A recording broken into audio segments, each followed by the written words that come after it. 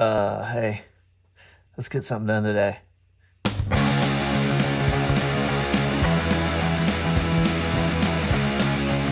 All right, so today we've got this HOTA charger right here. The little encoder doesn't work right. So still powers up just fine. But the button doesn't work. And the encoder doesn't like select like it's supposed to. I can't get into the menu because of the button, but anyway, we're gonna change this board in here and see if we can get it back to working normal.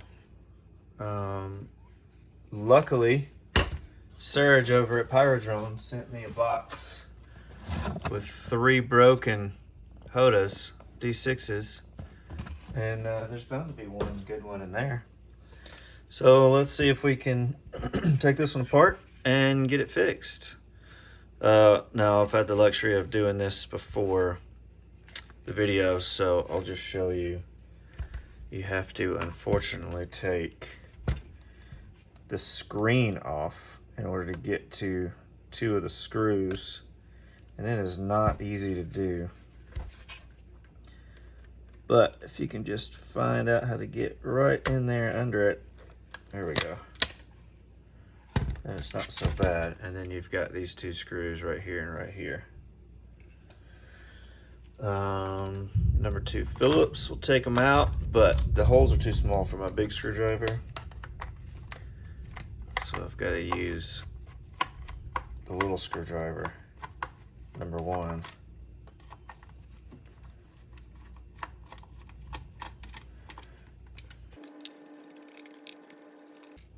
All right, and once all of those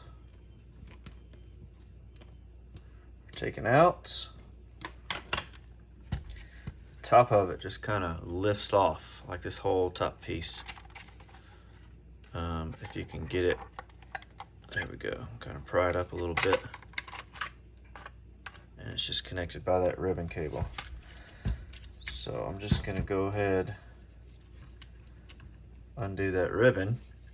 This is the board. Here's the encoder right here. And then the switch is right here on the inside. Right there. And something's not working right. So we'll replace this board and see if we can get it back working.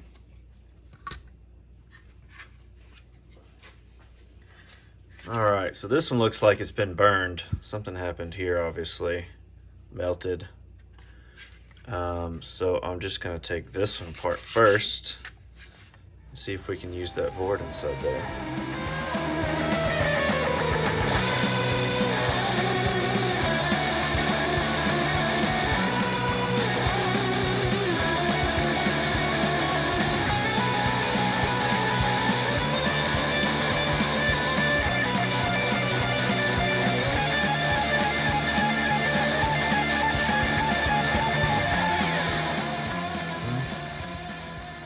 Just again, all that's holding it on is this little connector. Not glued in or anything. And then here's the board that we want to use right here as our donor board. All right, so this board has this connection, which goes to the wireless charger. Don't really need it at all. This is easier to disconnect here, so I'm just going to disconnect that one, use it. And then we've got the display module board right here. Now the display is fine on the other one, so we don't need it either. So I can just lift up on these 2 little things.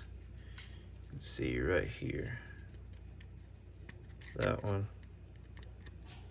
And that one. And then this guy should just come right on out. There we go. And then we've got 1, 2, 3, 4 screws to take out.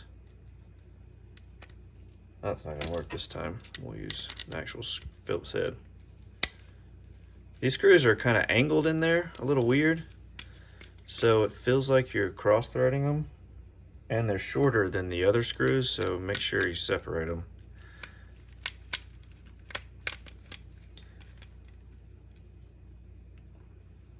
One, two,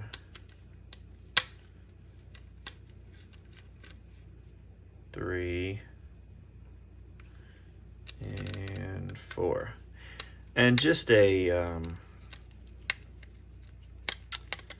kind of something that I like to do is, normally I like to take apart the one that's damaged first, the unit that's damaged. So basically, so this one right here that was damaged, because that's how you can learn how to take it apart without damaging the good one that you're trying to replace.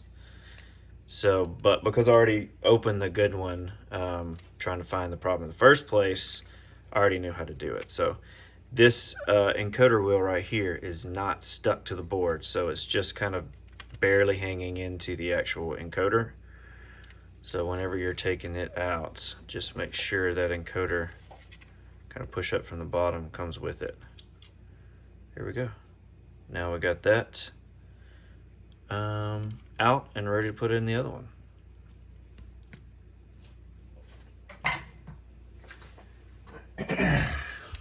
All right, so here's the old one. I'll just do the same thing, just take it out.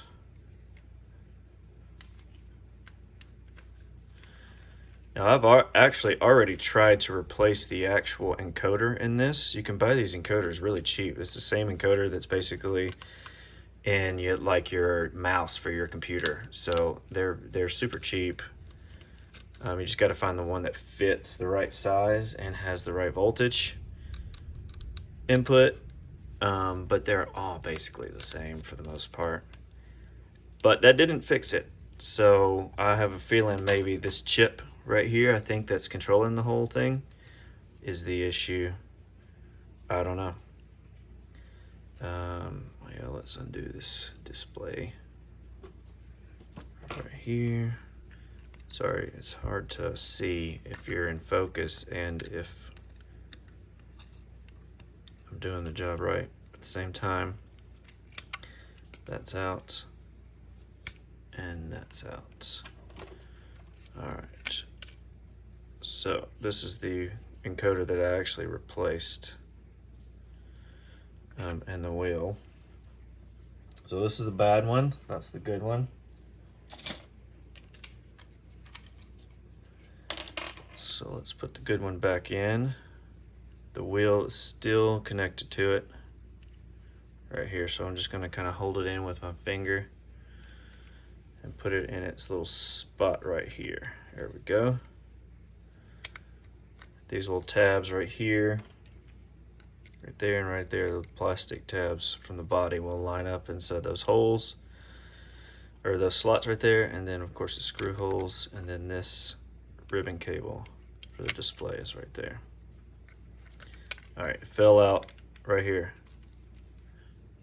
The encoder wheel fell out of the encoder, so I got to put that back together. Really just kind of fits in there. It's like a, if you can see that, it's like a hex screw style thing, and this is hex shaped on one side of it. So just make sure it fits in there like it's supposed to.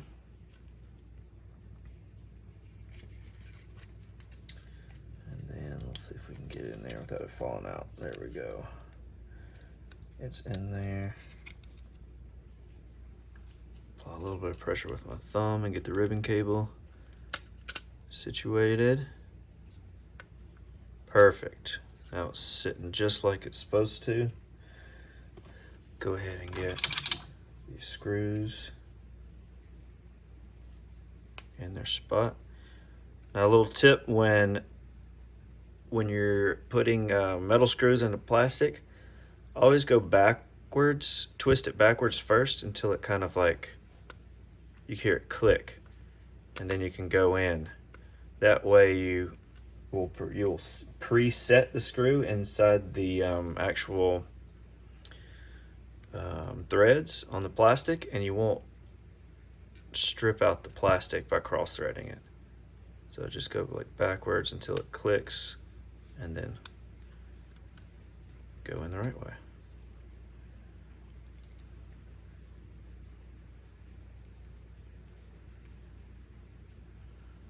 Alright. Backwards till it clicks, then go in the right way. I need to make sure also that everything looks like it's supposed to. Yeah, see, that kind of looks like maybe it's not sitting down all the way. For some reason.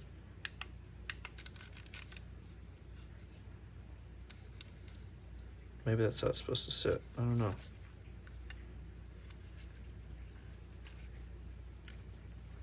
Nothing's touching on the underside of it, so it should be fine. One more screw.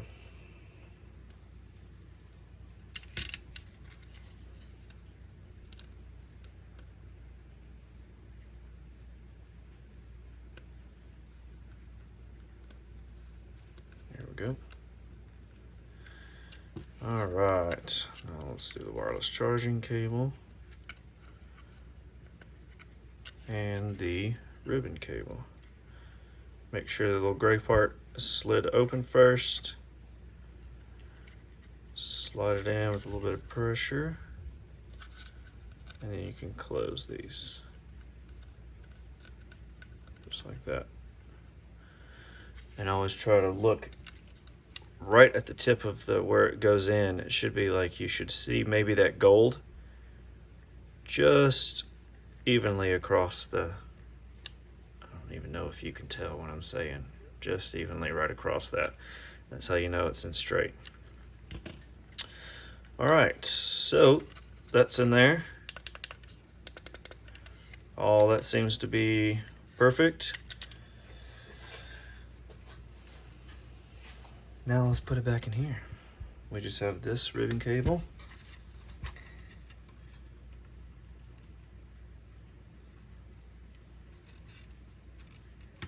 Plugged in.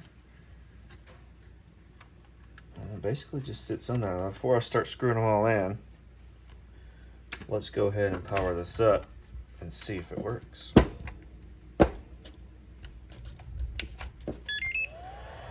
Alright, we got display.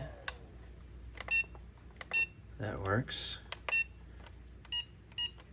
Look at that.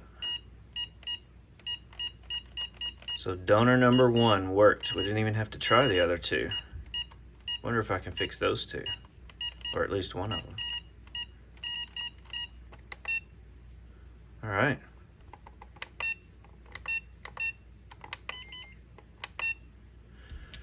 All right, well, I'm gonna put this back together. It's nothing much, but just putting the 4 screws in, 1, 2, 3, 4, and then applying this little thing back on it, which, I mean, literally it just sticks on there. The adhesives are still on the back of it.